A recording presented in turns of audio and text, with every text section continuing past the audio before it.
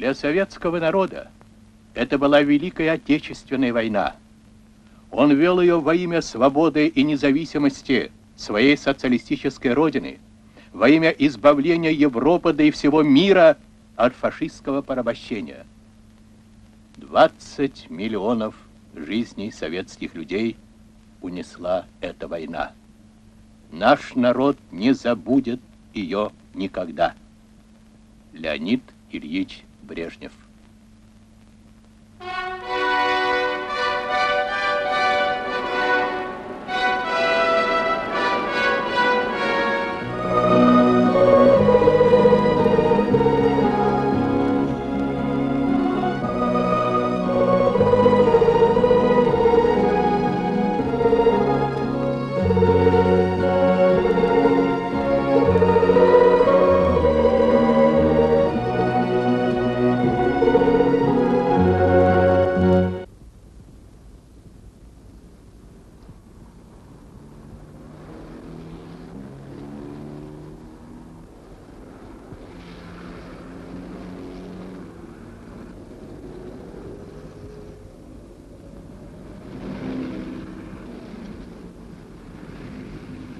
The beautiful statue behind me is that of the Russian Emperor Peter the Great, here in the city which he founded, St. Petersburg, now called Leningrad. Peter called this port city Russia's window to Europe. Hello, I'm Burt Lancaster. Let me tell you something about Leningrad's fascinating history.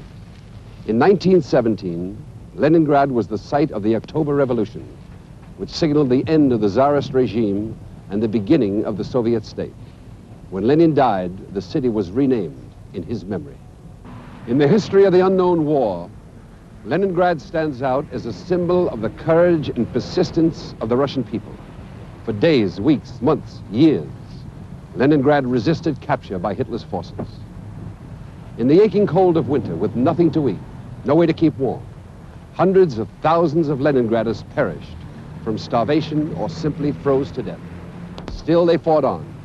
During the terrifying siege, which the Russians call the 900 days, Nazi troops encircled the city and cut off all communications. But Leningrad would not surrender. And now, that story, the Siege of Leningrad.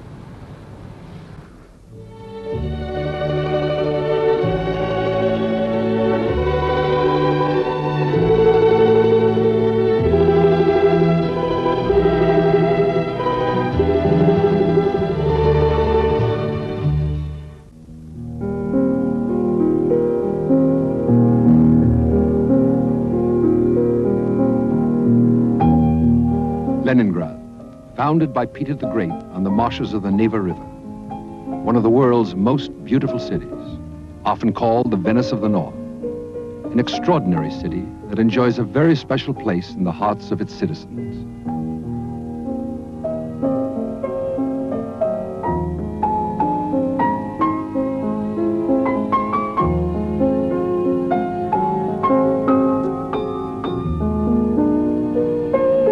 These Leningraders are the heirs of a unique past.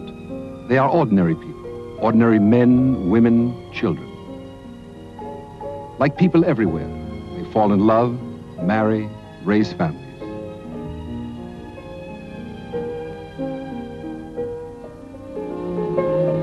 And dream dreams.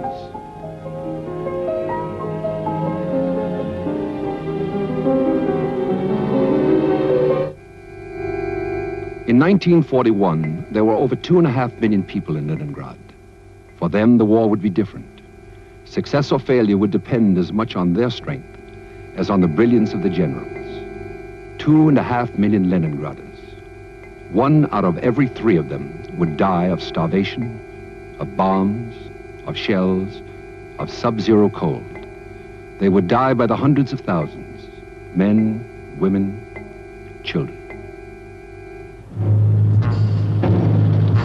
Within days of the Nazi attack on Russia, on June 22nd, 1941, Lithuania and Latvia had been overrun, and the Germans were moving deliberately on Leningrad with over 1 million troops, 600 tanks, and 1,000 planes. Their allies, the Finns, were also poised for the attack north of the city. Nazi panzer divisions smashed into ancient Pskov, crushing everything in their path.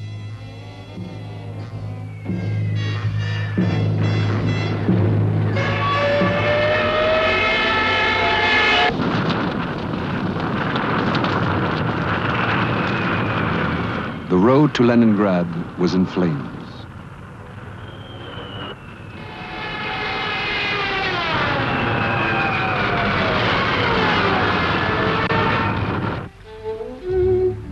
The symbols of Russian culture and style were known to the world. In this cradle of Russian scholarship and art, the poet Pushkin wrote. The composer Mussorgsky wrote his music in Leningrad. Pavlov experimented with dogs and conditioned reflexes. The ballerina Pavlova danced in classical ballet for Russian Grand Dukes. It was in Leningrad that Lenin and the Bolsheviks changed the world's political structure in 1970.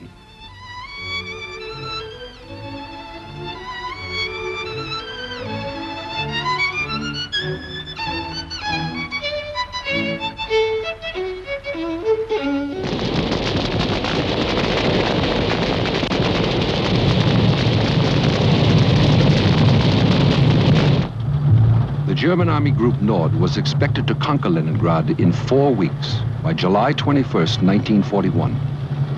On the ground were the 16th and the 18th Field Armies and the 4th Tank Group of the Wehrmacht. Hitler was determined to capture Leningrad quickly and then send the same forces to envelop Moscow. The Nazi performance in the initial stage of the attack gave Hitler every reason for confidence. He had taken the enemy once again, completely by surprise.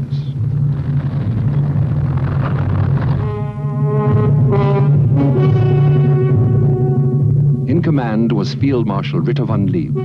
Hitler predicted, at the first blow, the Russian army will experience a defeat greater than the one suffered by the French army. Leningrad was to be the first great Soviet city to fall.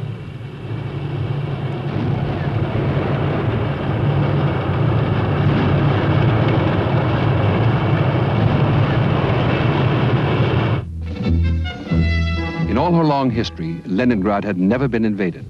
Now her children prepared to defend her. In the very first days of the war, hundreds of thousands of Leningraders enlisted for military service. They were formed into units of Opolchenia, the Home Guard, ill-trained, ill-armed. More had volunteered, but could not be spared from vital war industry plants.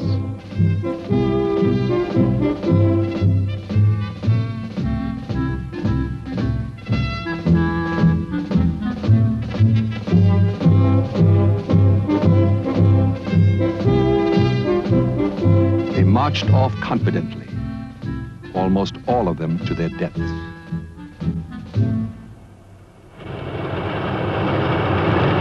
They were fighting for time to build defenses.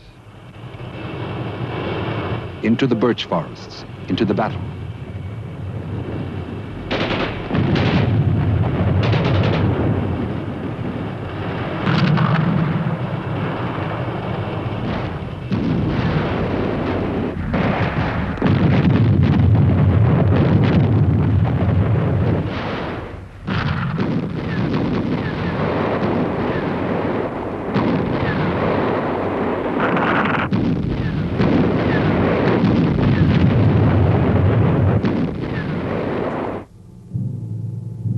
First line of defense was gouged from the earth at Luga, 125 miles west of the city.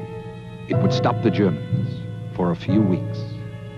There was a second line at Gachina, some 20 miles outside the city.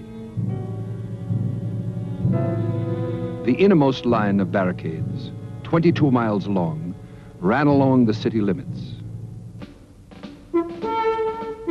The defense lines were built by men and women, many of whom were unused to physical labor. Many of them middle-aged, not a few of them in their late 60s and 70s. The white kerchiefs of the women made them easy targets. Low-flying Nazi planes took a heavy toll of the unarmed men and women as they labored in the fields.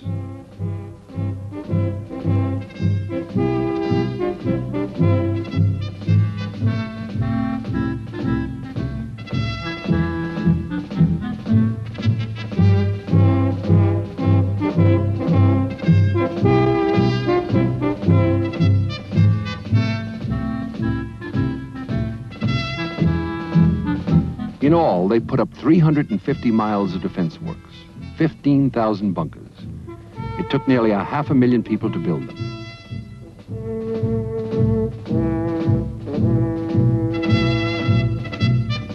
Leningraders would be able to walk to the front line, just a block or two from the last streetcar stop. Now the city was on a war footing.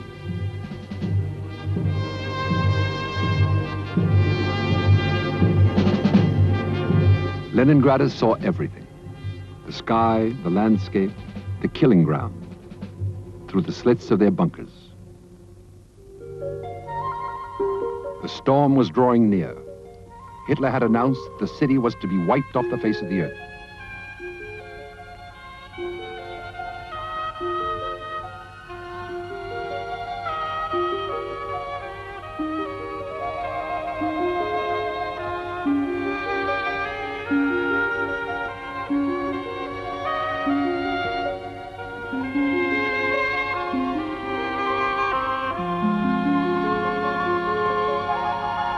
The sky pulsed with the rustle of wings, many wings.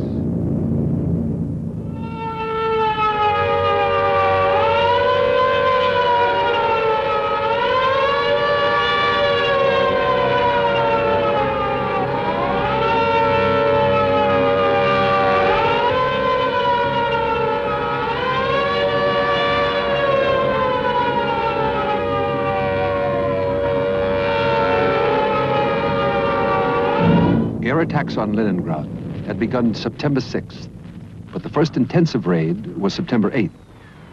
The Germans came that night in two main waves. The first wave at 6:55 p.m. dropped over 6,000 incendiary bombs. At 10:35 p.m., a second wave of bombers dropped high explosive bombs of 500 to 1,000 pounds.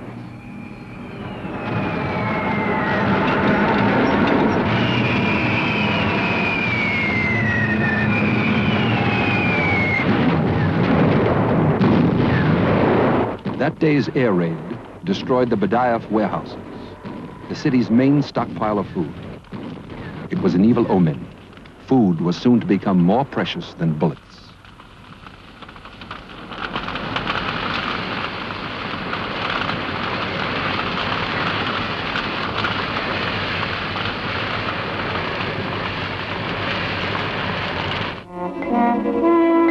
With the bombs, the Nazis dropped leaflets.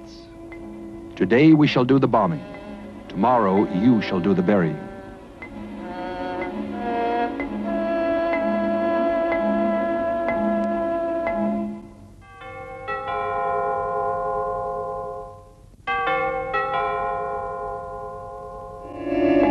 Nazi raids on Leningrad came like clockwork. Some of the bombs were delayed action missiles. They were handled with care, but not always successfully.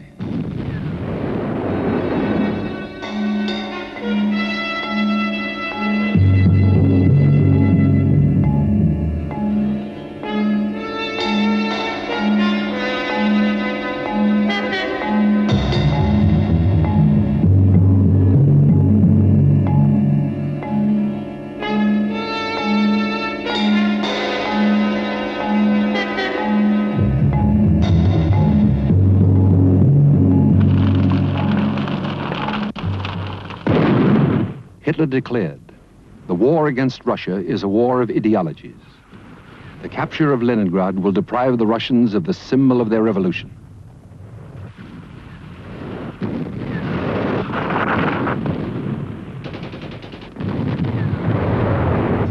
Marshal Voroshilov, commander of the Leningrad armies, proclaimed from the beleaguered city that Leningrad would become Hitler's grave.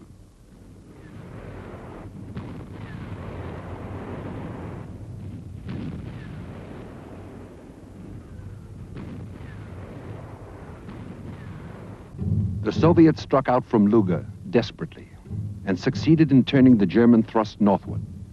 But the circle of steel was quickly closing around Leningrad. Von Halder, chief of the German general staff, made some ominous notes in his diary.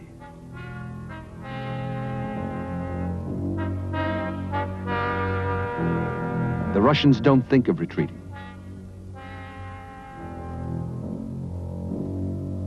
The news from the front says again that the Russians fight to the last man everywhere. Their men fight desperately and fanatically. But in spite of these observations, von Halder concluded that the Russian campaign was won. Leningrad held on. However, in September, the situation became more difficult. The fascists broke through the defenses, cut across the railroads, and reached the shore of Lake Ladoga. Leningrad was besieged. In a final effort to save Leningrad, Stalin ordered Marshal Zhukov to the beleaguered city. The situation was almost hopeless. Zhukov worked with Andrei Zhdanov, head of the Leningrad Party organization. The enemy could already see the spires and domes of Leningrad. Von Lieb launched his attack early in September with complete tank and air supremacy. Zhukov reached out for more reserves. The sailors of the Baltic Fleet were called out to fight as infantry battalions.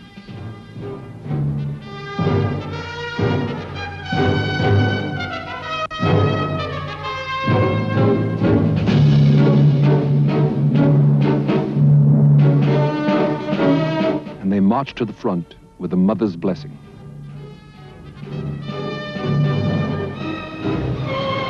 Zhukov pulled together a striking force of 50,000 men and launched his counterattack. He ordered, "Hold or die." One of his men said to a comrade, "If you retreat, I will kill you. If I retreat without orders, you will kill me." By September the 26th, though the city remained surrounded, the German advance had been stopped. This was the first Russian success.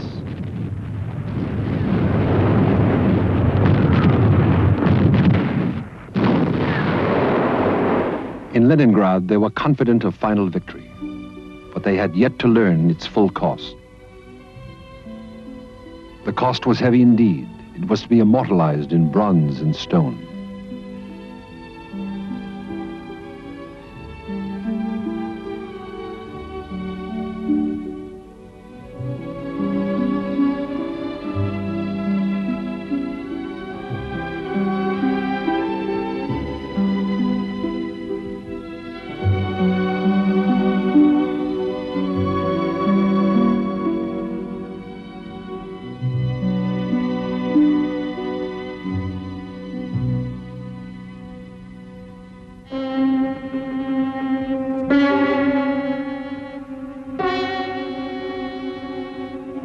At the end of September, Hitler issued a secret directive.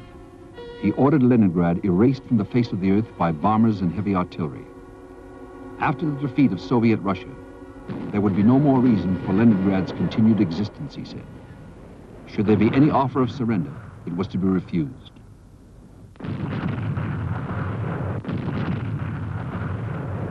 In the meantime, Hitler ordered von Lieb's panzers to disengage from Leningrad and move south for the attack on Moscow.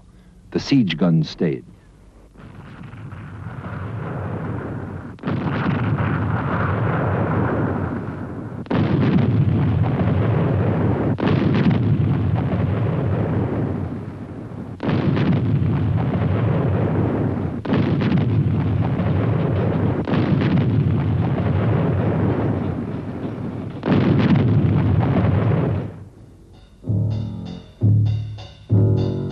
And then came the Russian winter. At first it seemed like a new adventure for the Germans, a vacation in the snow.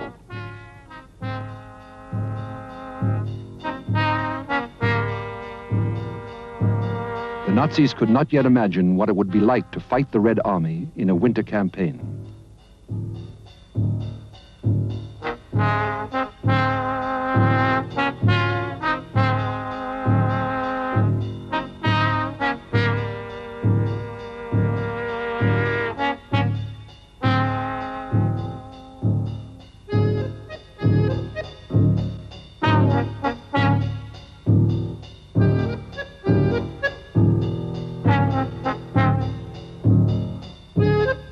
They continued to pound the city.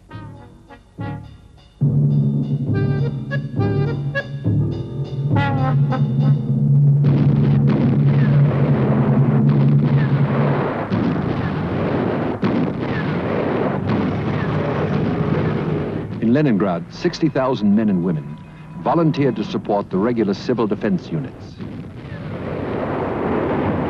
The city's anti-aircraft fire was effective, and warnings came in good time. So the casualties from bombing and shelling were kept comparatively low.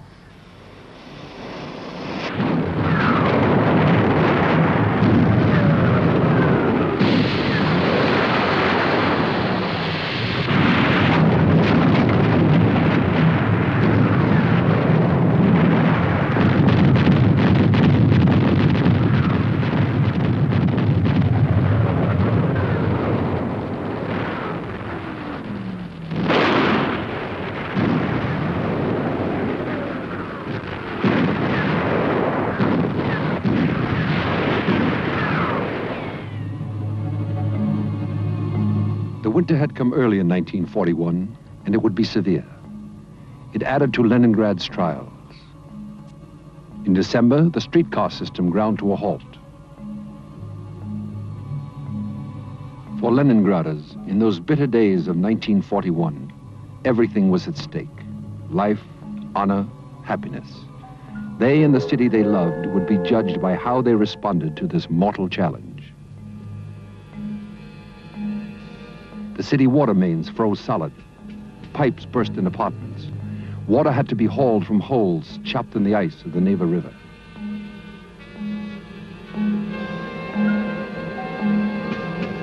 All traffic stopped. In the bitter cold of their apartments, the Leningraders began to burn, little by little, their furniture and their books.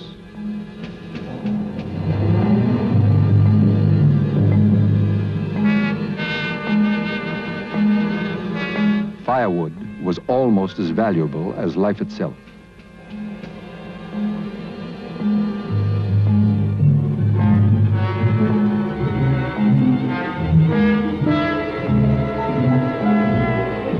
And then the famine came. By the beginning of winter, rations had already been cut 5 times to a starvation diet.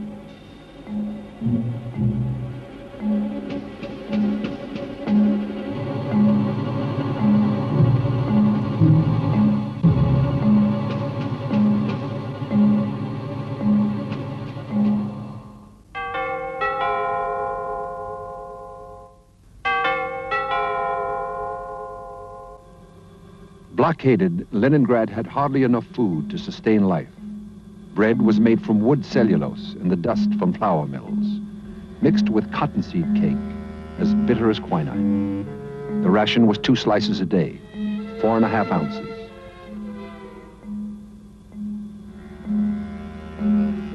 They mixed cookies out of carpenter's glue and fried them in turpentine or paint. By now, people were scraping the wallpaper off their walls to eat the paste.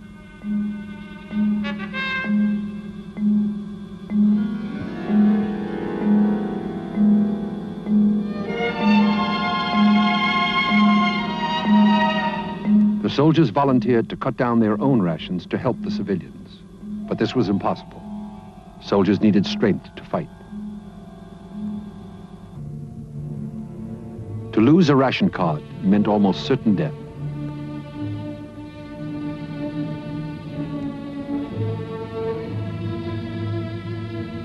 In November, the hunger deaths began.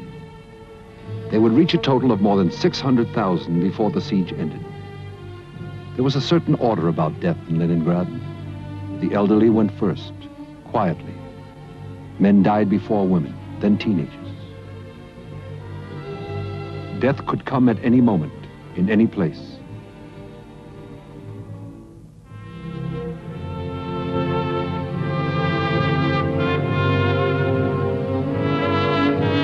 Even to infants, gone before they had a chance to live.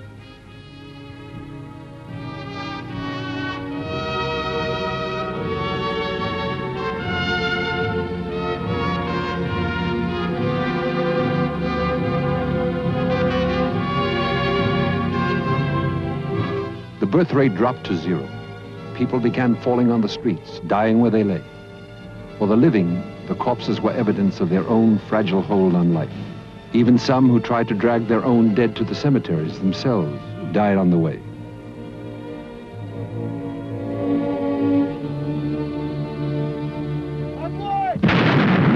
who survived fought on.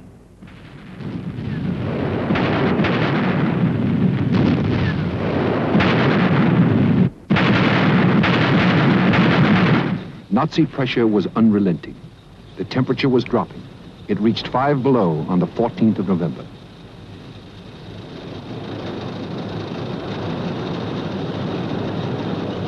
As the winter wore on, it seemed that even the meager bread ration might vanish. It didn't matter to this woman, who remembers what it was like. I came in and said, Papa, I won't eat my bread ration. If I stay alive, I want to show posterity what kind of bread we had to eat in the siege. My father said, you'll die. I said that if I eat it, I still may die. And perhaps even if I don't eat it, I may still stay alive. Oh, it was so terrible. That's why I wanted to keep that bread, so the children could see it and know how we lived. It's hard to imagine now what we had to endure during the blockade to survive. Трудно сейчас даже представить, что нам пришлось блокаду пережить.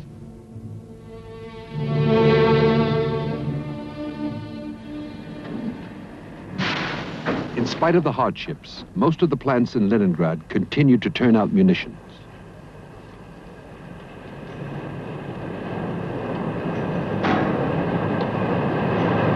A plant manager remembers. Above all, when you recall it, you're astonished by the firm belief people had in their victory. You know, it seemed at the time when things were so hard, there were no grounds at all for such a belief. Take evacuation, for instance. It was a much more difficult problem than trying to get supplies to the front line. It was hard to persuade people to leave the city. They just wouldn't move. They said, we'll win. We'll beat the enemy soon. I'm not moving any place. Even today, I can't really understand some things. I keep remembering one of the foremen. He said, I know I'll die in 3 or 4 days.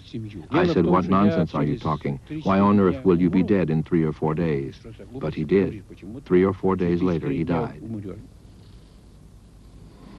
These wary people sensed the moment their stamina would give out completely. In those days, you needed greater courage to live than to die. People worked long shifts, 16, 20 hours, in spite of the hunger and cold. As Leningrad history put it, at night the occasional flicker of fires and the red flash of exploding artillery shells lighted the gloom of the vast factories. But the Leningraders seemed to possess an indestructible will to survive. Leningrad is not afraid of death, they said. Death is afraid of Leningrad.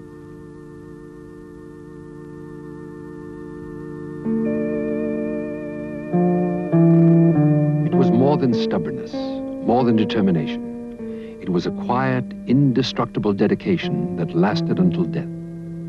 Death that took almost all of these.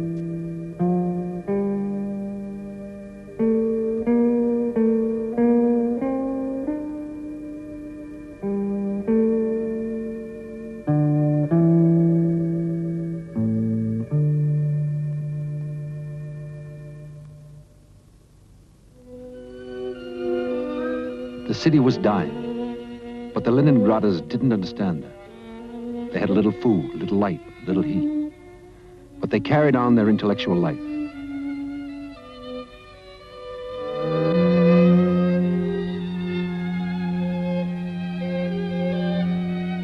The distinguished architect, Alexander Nikolsky, wrote in his diary, "Better die than surrender. I am confident that the siege will be lifted." He designed an arch of triumph to celebrate the victory he believed inevitable. Dmitri Shostakovich was finishing his 7th symphony. He called it his Leningrad Symphony.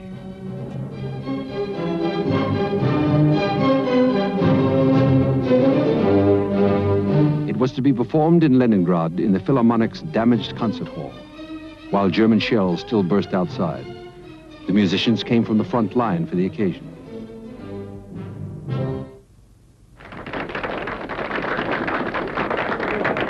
A generation later, the remnants of the same orchestra reassembled to perform the same masterpiece to the original audience.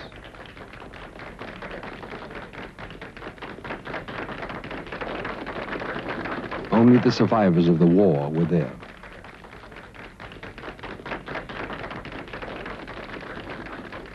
The conductor, Elias Berg, was one of the few who had survived.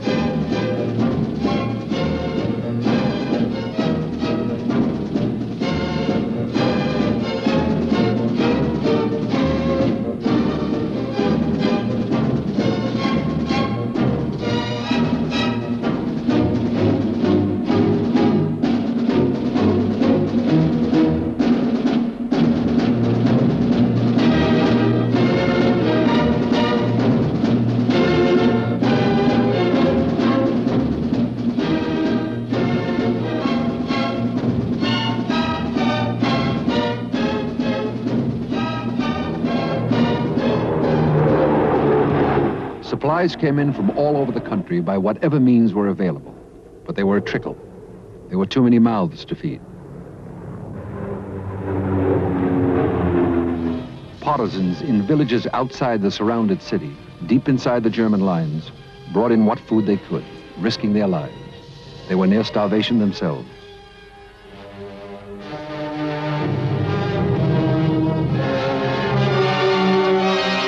But winter unexpectedly opened a road to salvation. Lake Ladoga, north of Leningrad, was open on one side. The question was, would the lake freeze solidly enough this year to support the trucks? The ice held.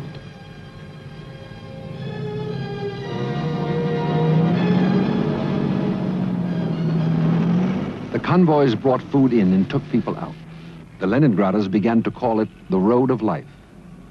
But it took 3 days of convoys to supply Leningrad for a single day.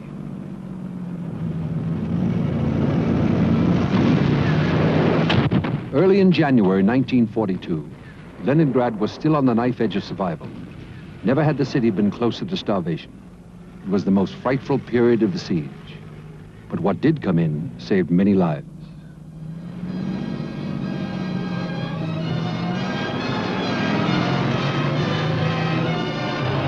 Convoys continued for as long as they could, as long as the ice beneath would hold during the thaw, even though some trucks vanished through shell holes they could not see.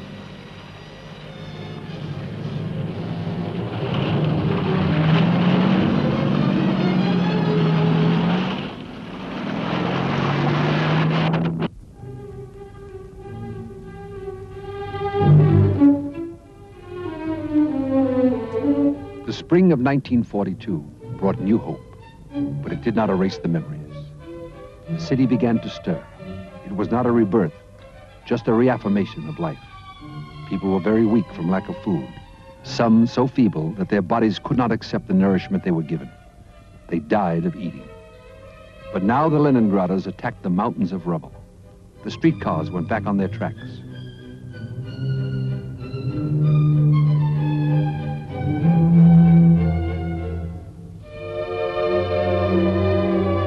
In one way, the city had been fortunate.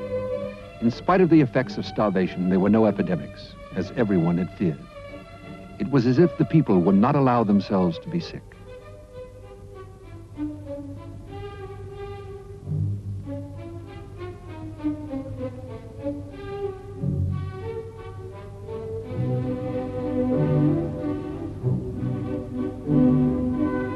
As the spring began, the starving people renewed their battle for survival. Freighters reappeared on Lake Ladoga.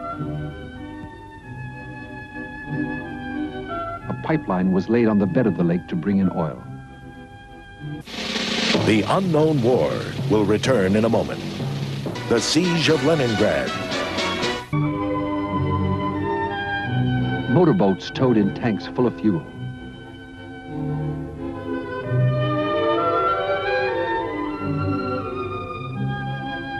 More fuel came in along ramps now underwater. The city squares sprouted vegetable gardens. Every inch of soil available was put under cultivation, even close to the front line.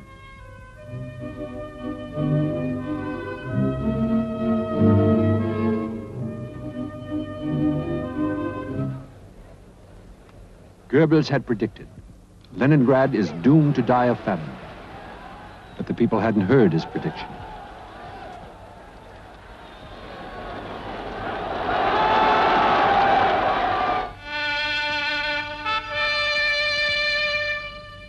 Now another honor could be added to the record of Leningrad's achievements.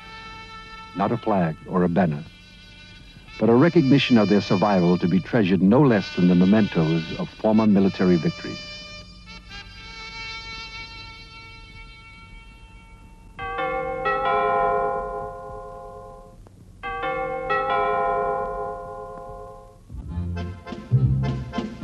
More than a year had gone by, and Leningrad still lived. The German army faced a second winter in the woods outside the city. It would not be their last. Another Christmas.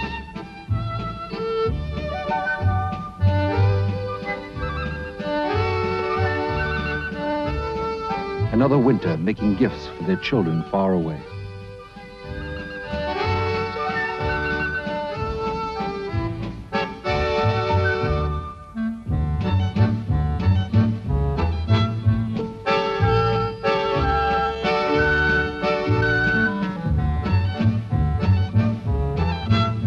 In the cities of Germany, the children received their Christmas gifts from loving fathers they could scarcely remember.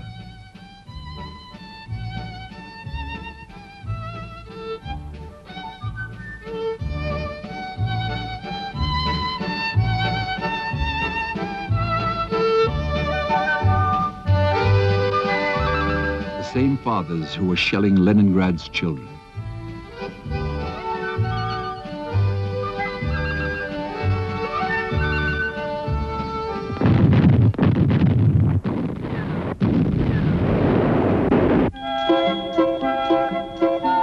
Christmas parties in Leningrad were held in bomb-proof shelters.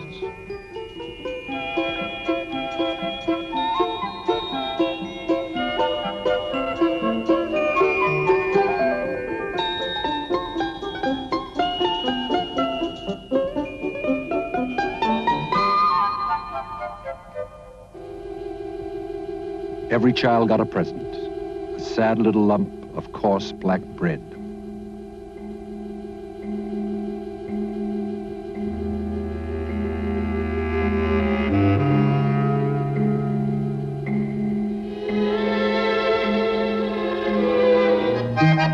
The children in Germany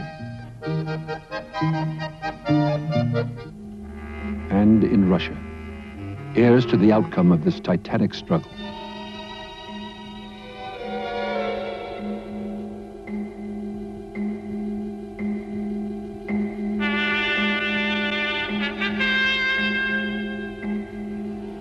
A child's existence in Leningrad was down to the bare essentials. As far as possible, the children were kept to a familiar routine.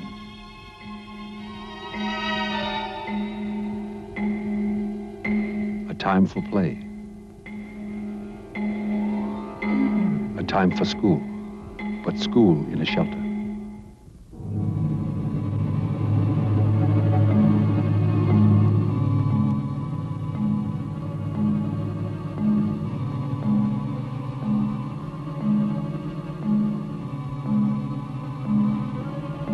The children of Leningrad became acquainted with death before they could learn the sweetness of life.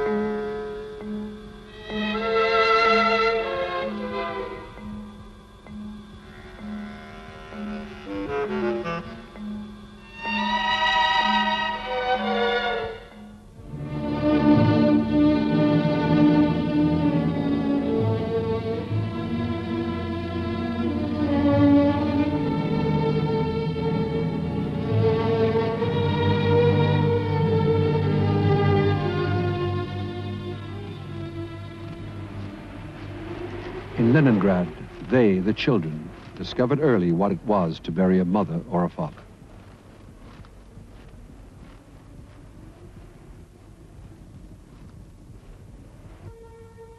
The children were the first to be evacuated across Lake Ladoga, under fire. This woman was an eyewitness. Когда мы подошли, мы увидели. When we came near, we saw the white things drifting. It was small white caps, the children's caps, and they drifted on, many of them. A woman said, "The children, the evacuees, the children." Everyone got so frantic. Без слез трудно рассказывать.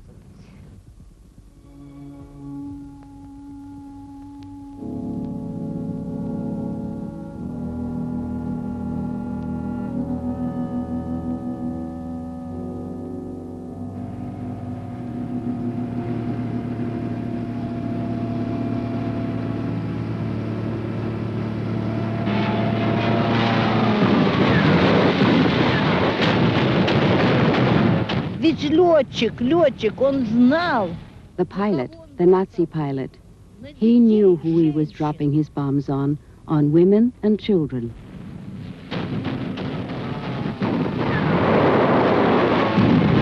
Одна мамаша так кричала, потом потеряла сознание. A woman burst out crying. She was almost crazy. Then she fainted. Her daughter was aboard that ship. The grown-ups' hearts were broken. That was the first time I cried, when I saw all those small white caps drifting along there on the Neva.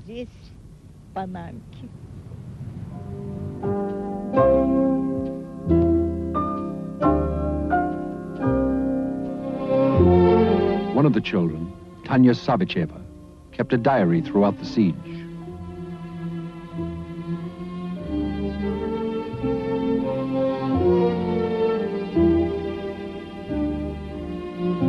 Zhenya died December 28, 12:30 in the morning, 1941. Grandma died January 25th at 3 o'clock in the afternoon. Uncle Vasya died April 13th at 2 o'clock in the morning, 1942. Loka died March 17th at 5 o'clock in the morning, 1942. Uncle Losha, May 10th at 4 o'clock in the afternoon, 1942. Mama, May 13th at 7:30 in the morning, 1942. The Savichevs died. All died. Only Tanya is left. And then, too, Tanya died.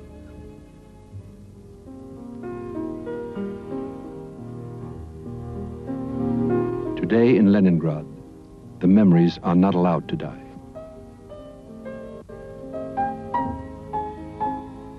This is Piskarov Cemetery. It's quiet now in this great expanse of Leningrad soil, in spite of the visitors. A fitting quiet, for 600,000 people are buried here, some say more. The total number of dead from the Siege of Leningrad may have been as high as 1 million, and most were claimed by famine. Today in Leningrad, it's difficult to find anyone, any family, who did not lose a loved one during the 900 days.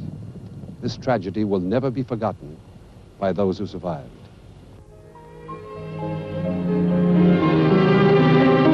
No disaster ever visited on a city exceeds in magnitude or intensity the suffering of those 900 days.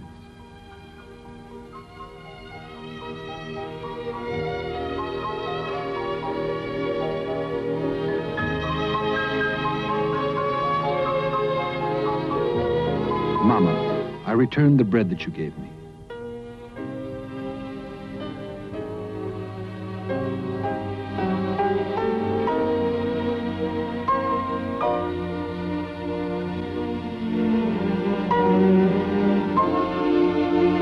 The mothers recall what they lost, the young, the innocent, the brave.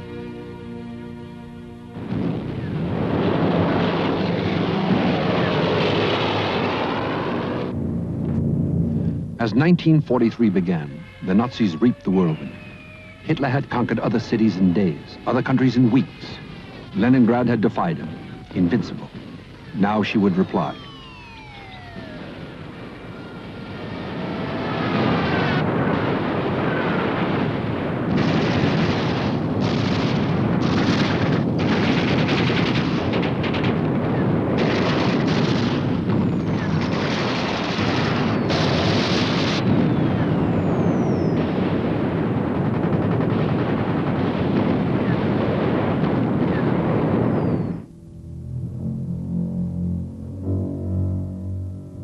Some of Hitler's troops eventually did enter Leningrad, but not as conquerors.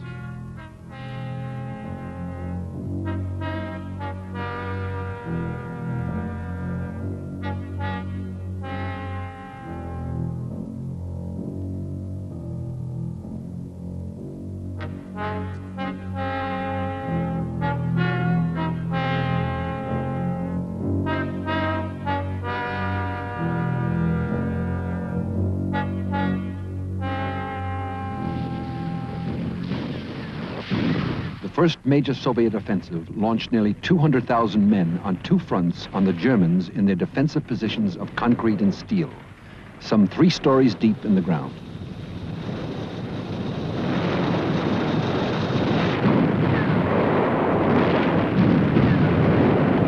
When the Russian pincers met, they had punched a corridor to the outside. Leningrad was no longer an island.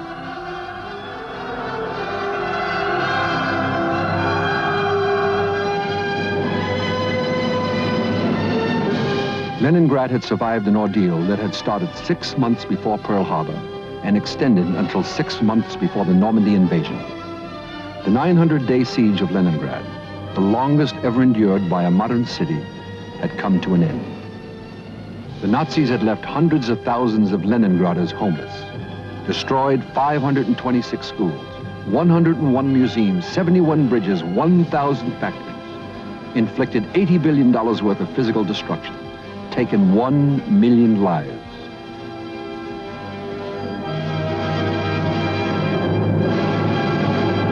The poet Olga Berkovts wrote, "From the place of death and ashes will rise the garden as before. I firmly believe in miracles. You gave me that belief, my Leningrad." But as they savored their deliverance, there was still more than a year of fighting facing Leningrad. Longer still to the end of the unknown war.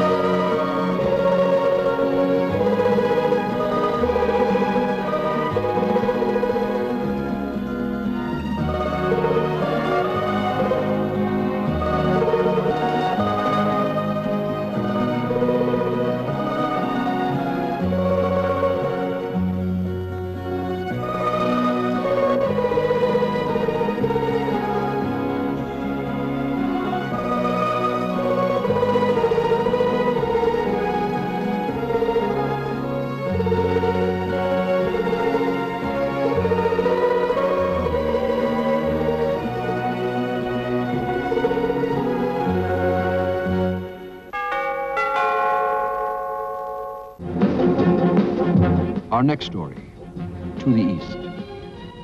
An heroic movement of people, entire factories, treasures, equipment of all kinds beyond the Urals and into Siberia. There, everything was reassembled to build anew for the fight against Germany.